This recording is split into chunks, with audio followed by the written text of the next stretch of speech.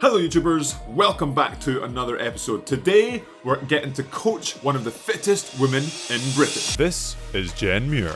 She has previously been the highest ranked British female athlete at the CrossFit Games and is looking to do it again in the 2025 season. So it turns out that Jen and my girlfriend Perri know each other from way back when they used to run together.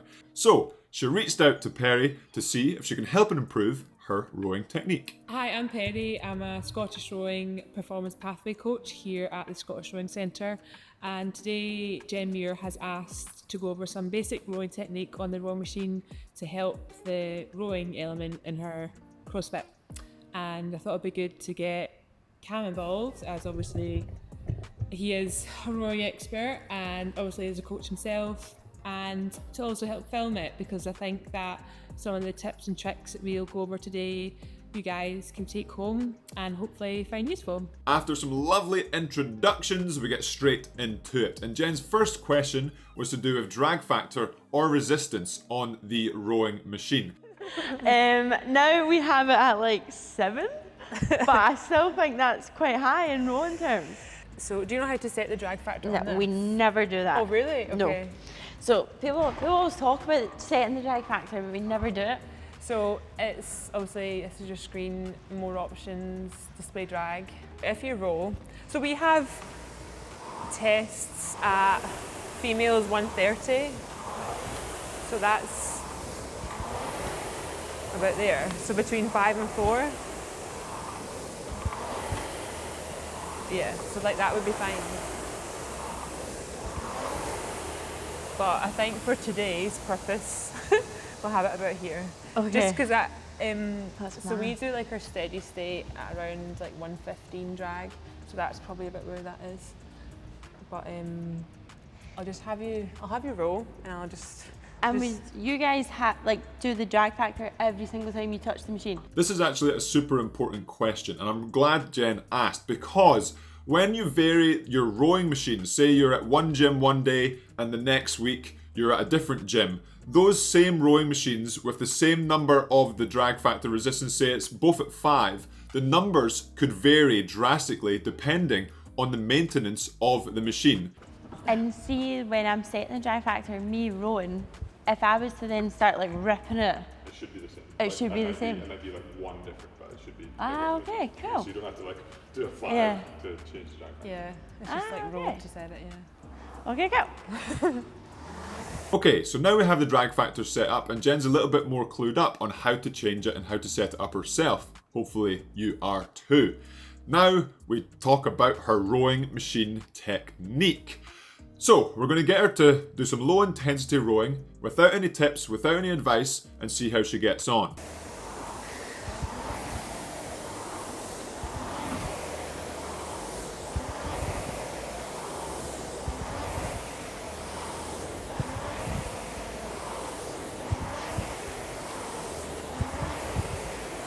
And stop there. How's that? Is that how you normally Yeah, row? that's how I normally roll. Cool. Okay, I'd like to just set 200 meters. Let's do 200 meters, and then I'd like you just to sort of row as hard as you can. Okay. Just to see what kind of split you hit, and then if there's a difference later on when we kind of go through a bit of technique. Okay, so forget about my technique. Well, just do what you Okay. normally do. Yeah. Okay.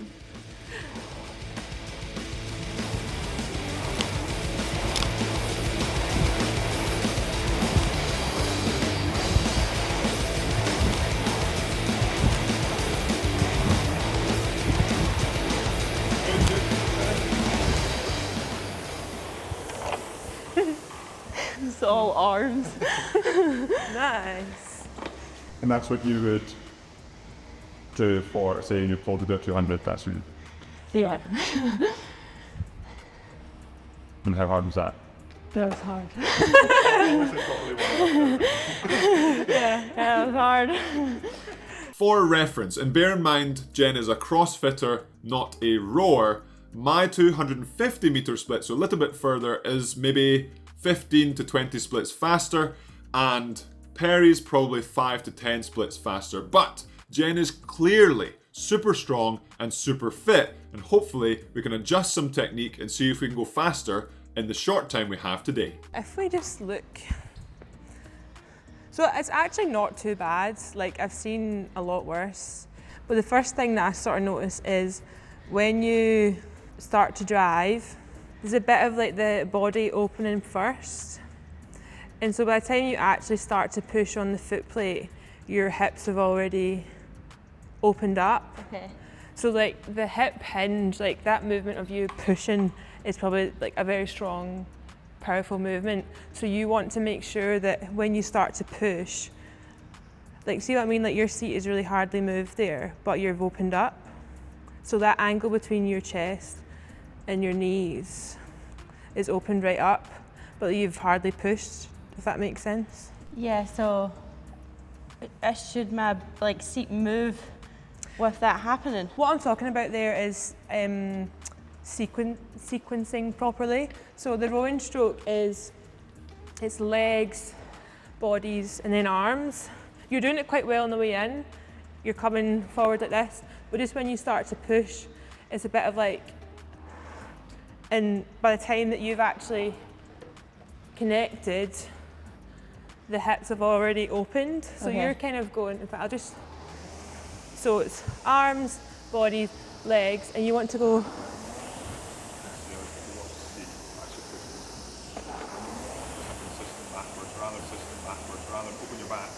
So you're kind of going like, Yeah. Okay.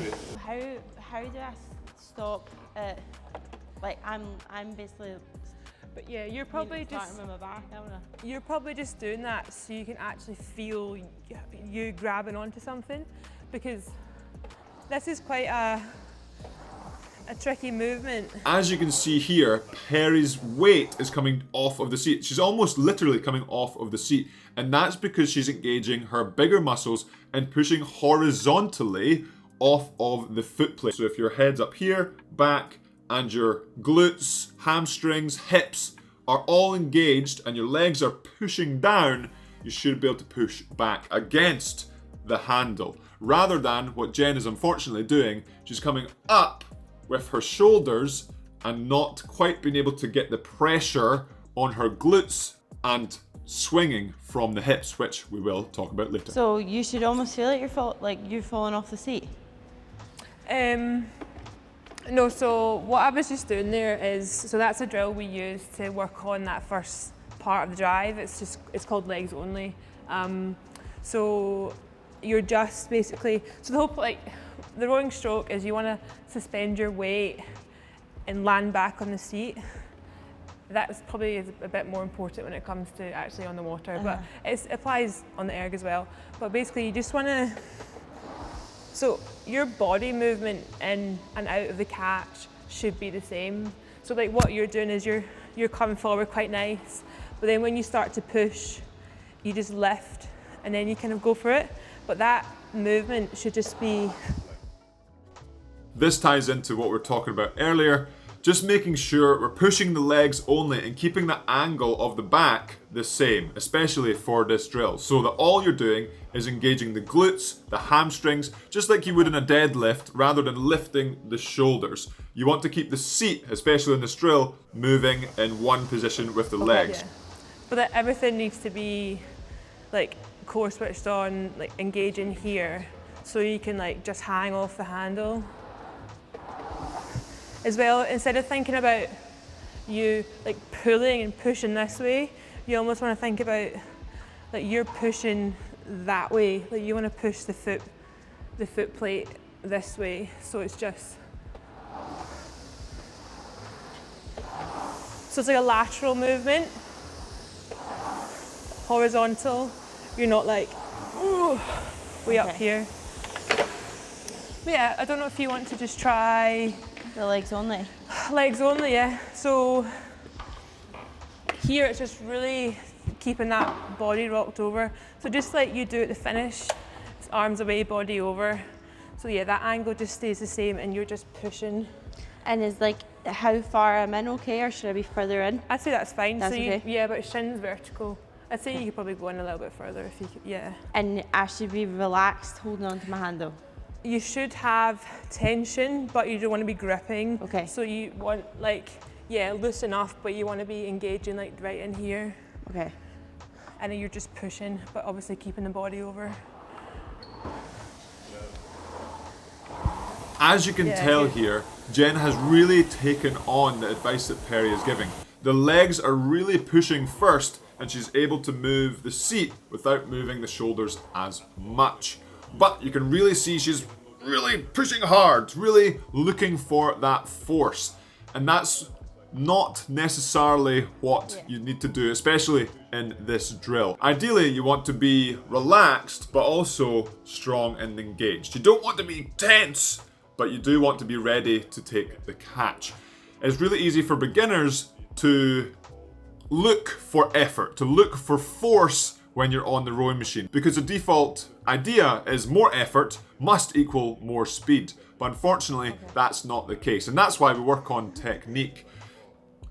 It may feel like more force will make you go faster, but in some cases, depending on the technique, and in Jen's case, now as she looks a lot more relaxed, she's able to generate the same, potentially even faster of a split without as much effort here. Yeah, just really pushing this way, really drive the feet. Yeah, good.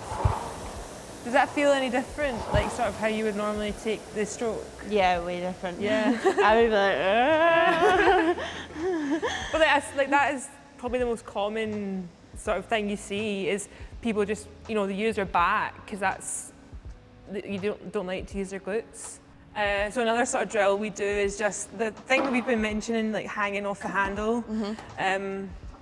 So you're in the catch position, and basically you're wanting to lift off the seat. Doing the same thing as you're just doing, but you're going to push up off the seat. So the same push with the legs, and I'm going to hold pressure, and you should rise. will the seat come with me, or will I just sit on the middle bit? It will come underneath, but it's fine. We'll save you.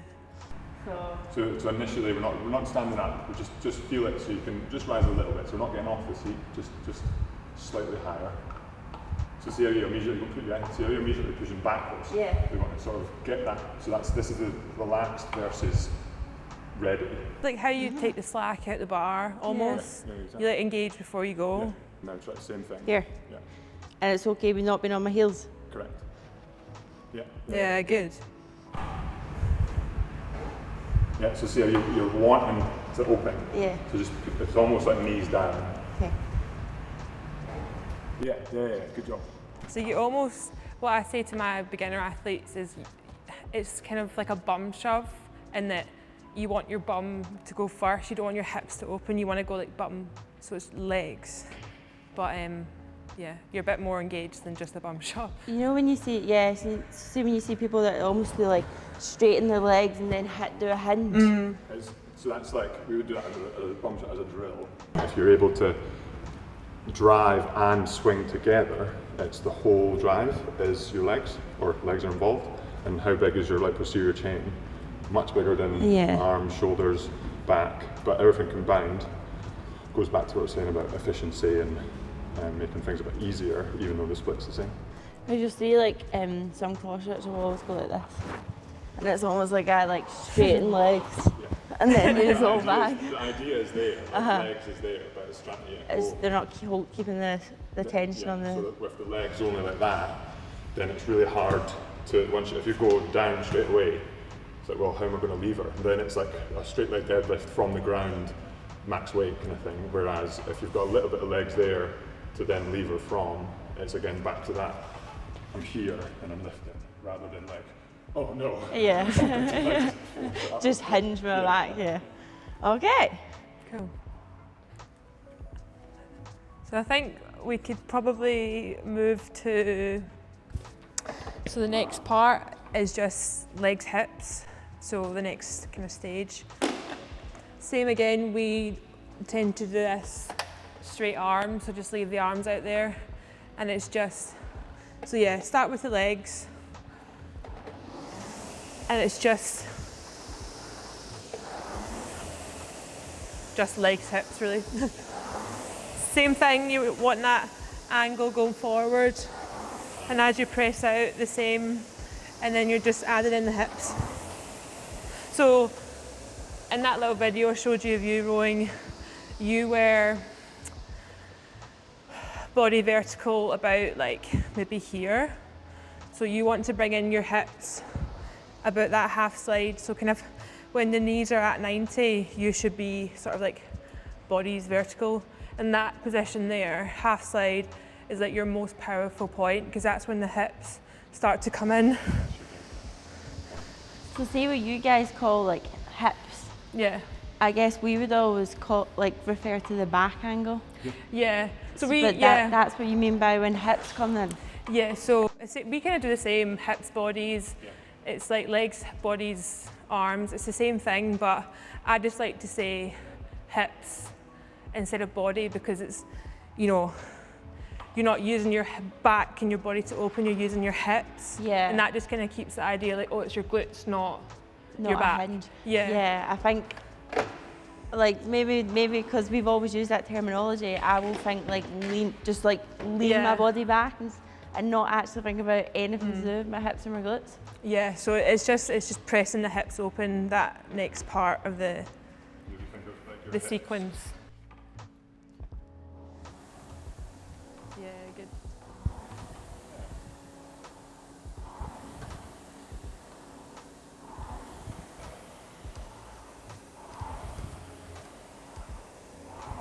Yeah, that leg drive, that leg push is looking much more leggy.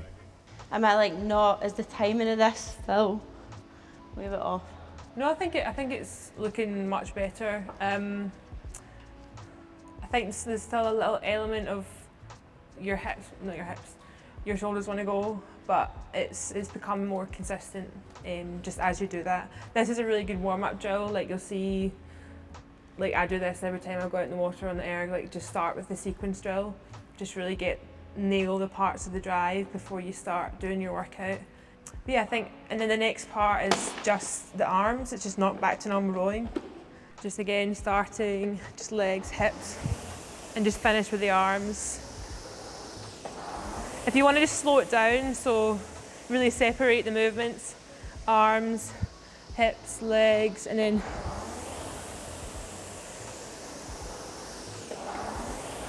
because this isn't obviously going to happen like instantly. Yeah. It's going to take a while for you to sort of repattern everything, but like you can do it straight away. So it's just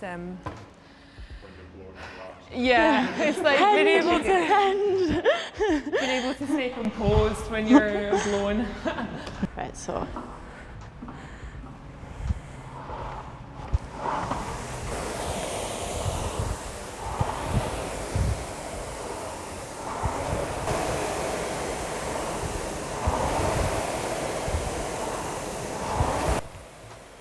So, I feel like I'm doing. Yeah, I feel like that. But So, I'm not. no, not look at this, like not at all. I think your hips could be a little bit more connected to the legs, but that's what we want to see. So see this bit here, I don't know if I just and I pause that. started to push the bum pad back quite a bit. Here. Yeah, so I'd say like that body position's fine. Like you know that but I'd say you could maybe even bring in the hips a little bit earlier because like maybe your legs are already kind of flat here. I mean just about flat. Like you want a bit more of maybe about that position. To then pull in. Yeah, because you want to just connect it through so it's like one big push. Whereas, would you agree? Yeah. So as you went, you've not quite reached that like, oh, I'm only pushing the legs, but you clearly took on what Perri said and pushed the legs a lot. So it's just that finding that balance between or timing, so where it comes right, where it technically, if you're technically perfect, should be. This next bit, just trying to link the hips in. I think more of the legs, hips, but just so. I quite like to over-exaggerate something and then that way you can kind of find like a happy medium. Yeah. So just like I was saying about like the bum shove, obviously you don't want a bum shove, but I quite like to get the guys that I'm doing to do it because they can feel like, oh, that's what bringing my hips in later feels like, and then you know you find a sort of medium ground between. So like again, if you want to just pick up the handle and just really just play about, sort of bringing in the hips early.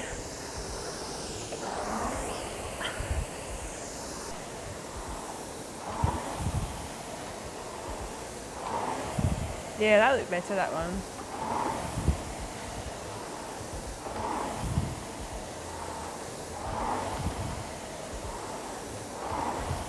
So you're just really pressing the hips open. So yeah, a bit earlier. Good.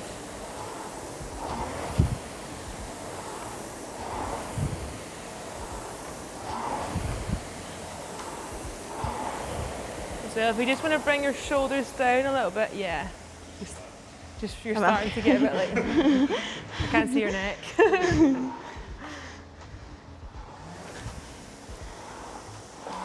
Yeah, just keep that tension really low.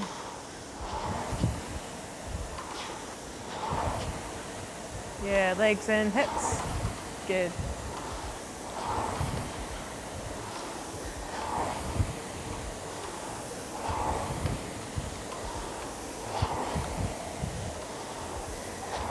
Yeah, good.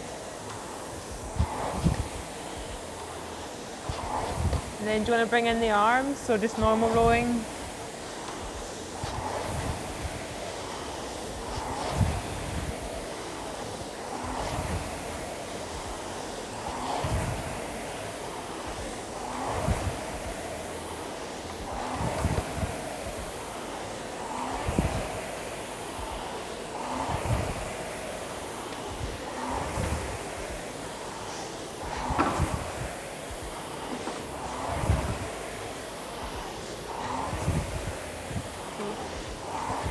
And just stop there.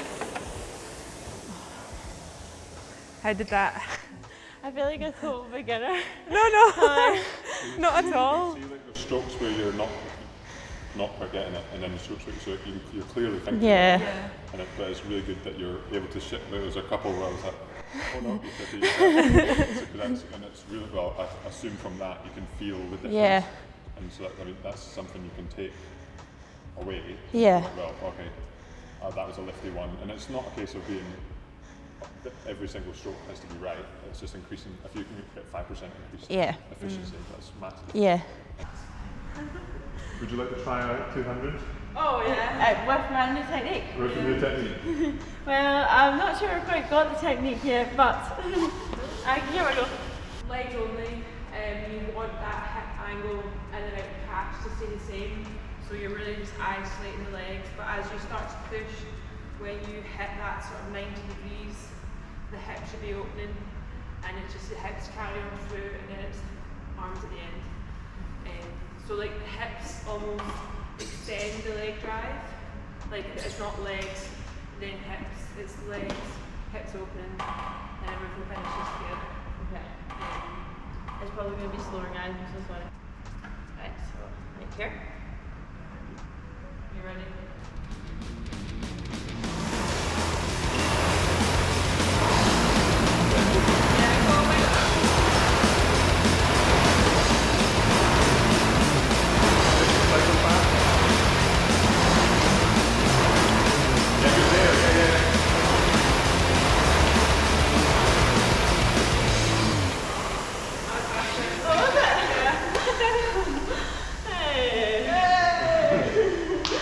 Completed it. Nice. Yeah, 130 dead, and then the other one was 130.7. So a fantastic result for Jen, knocking off almost an entire split from her 200 meter time in just 30 to 40 minutes. So it just shows you that even one of the fittest women in Britain can adjust her technique slightly in just under an hour to improve her times. I'm hoping she does take that forward into her rowing training and consistently improves from there, because it's easy to do when the advice and the tips are fresh, but when you go away, it can be quite easy to fall into defaults. Like Perri was saying, you're relearning new patterns, and that's when it gets really difficult. We then spent the next 30-40 minutes discussing everything rowing related, from rowing training programs, how does that fit into a busy CrossFit schedule, or the differences between someone who's good on the rowing machine, someone who's good on the water or water rower, or someone who's good at CrossFit but also has good scores on the rowing machine. Because even though the movements are very similar, just because you're good at one doesn't mean you're necessarily good at the other. But I do believe if you're really good on the rowing machine, that there are things that you can transfer over to CrossFit on the workouts with the rowing machine in it to make your CrossFit scores better. And that's why Jen reached out to Perri as a rowing coach to help focus on the more specifics. But unfortunately, being good on the rowing machine doesn't necessarily mean you'll be good on the water. But that's a whole different video. I really do hope you enjoyed this video. Hopefully you learned something. Thank you so much to Jen and Perri for letting me come along and film and show you guys what one of the fittest women in Britain is trying to do. And good luck to Jen in the future events that she has coming up.